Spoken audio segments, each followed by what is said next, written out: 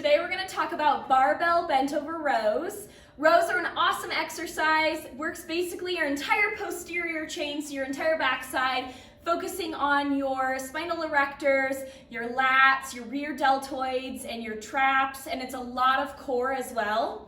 If you're someone who's newer to exercise, hasn't done it in a while, or haven't done this exercise, I do recommend doing rows with a kettlebell, a dumbbell, or bands first, just to make sure you're doing everything correctly before you move to a more advanced movement, which is a barbell bent over row.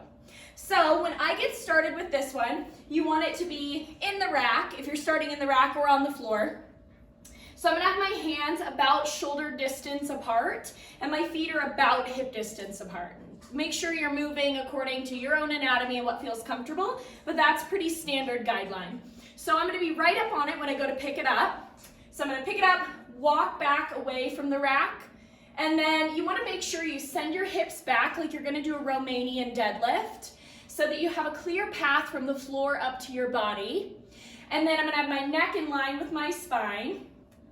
And I'm going to aim for my belly button is usually the cue that I use. So I'm rowing up toward my belly button. My elbows are going to the back wall. My abs are engaged. Usually I'm not having a full conversation while doing them, but my abs are engaged and I'm pulling it back.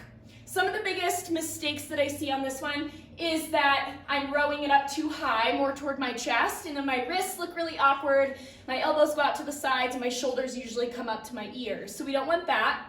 Another thing is that it's probably too heavy and you're standing up a little bit.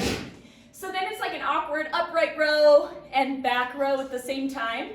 So you just want to make sure you can stay in this position. If you can't, you want to make sure you're lightening the weight so that this is something that's not hurting your lower back, and that you can do however many reps of and they all look clean. And then walking it back into the rack and putting it down, try never to reach far away from your body.